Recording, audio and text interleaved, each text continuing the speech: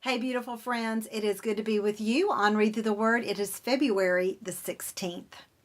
In today's lesson and many other lessons, we have seen the exactness of God. He is a very, very precise God, down to the measurements, down to the cubic of this and the length of this and the width of this and how many of this needs to be used to make this. And he is a God of creation, the God of creation, but he is a God of creation of beautiful, beautiful things. Beautiful, beautiful things. We saw his hand in creation in Genesis. We saw the exactness and the beautiful preciseness in the building of the ark. We have seen it in the building of this tabernacle, in the outside parts of the tabernacle, but also the exactness and the preciseness of all the elements that are going in the tabernacle. The measurements, the materials that have to be used, the things that are hammered and molded out of one piece. Such a creative genius he is, right? And here's what I want us to think about today.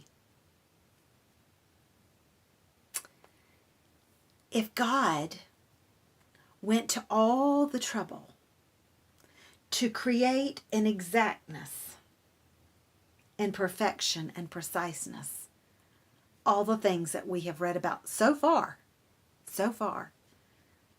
in the Bible, how can we dare consider that he hasn't created us with the same intention and exactness and preciseness and beautiful creativity? You may be thinking, well, for other people, yes, they're beautiful, they're precise. I see their exactness. I see they're living out the way that God wanted them to live and that God designed them to live, but not me.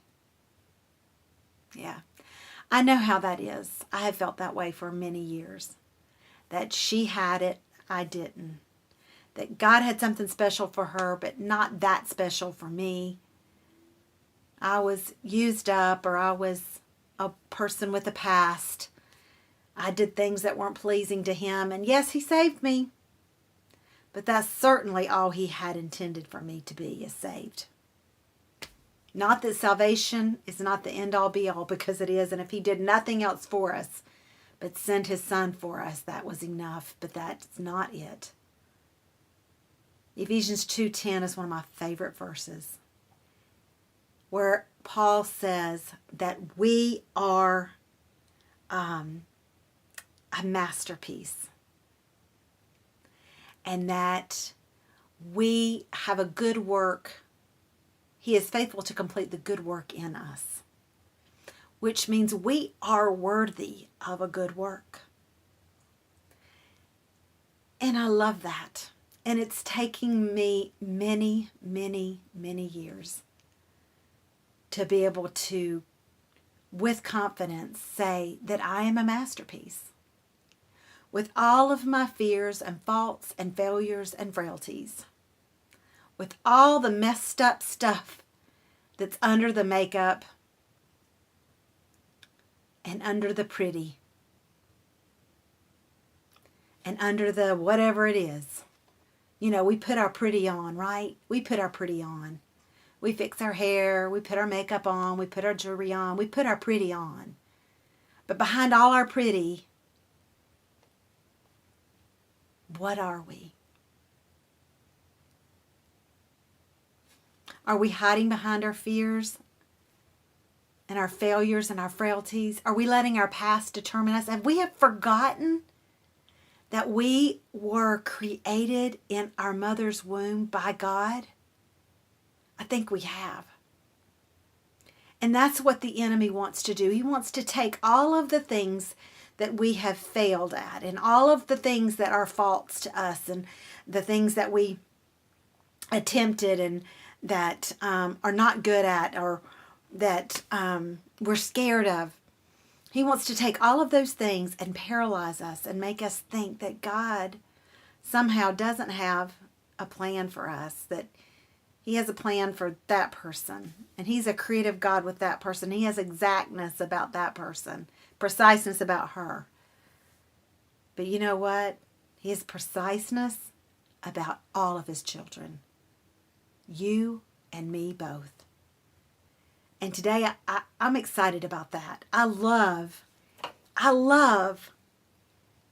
that I am designed exactly the way that God wanted me to be designed. Just as He knew that Moses was going to murder that Egyptian soldier, just as He knew that I was going to mess up royally so much.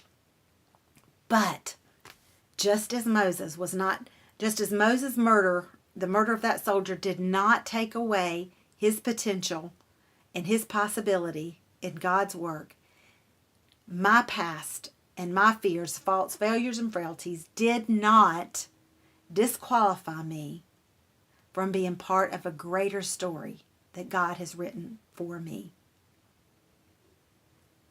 And it's the same for you. It is the same for you. So live designed, my friend. Live designed. The Creator that created the exactness of all of these beautiful things created you. A beautiful, beautiful thing. A beautiful person.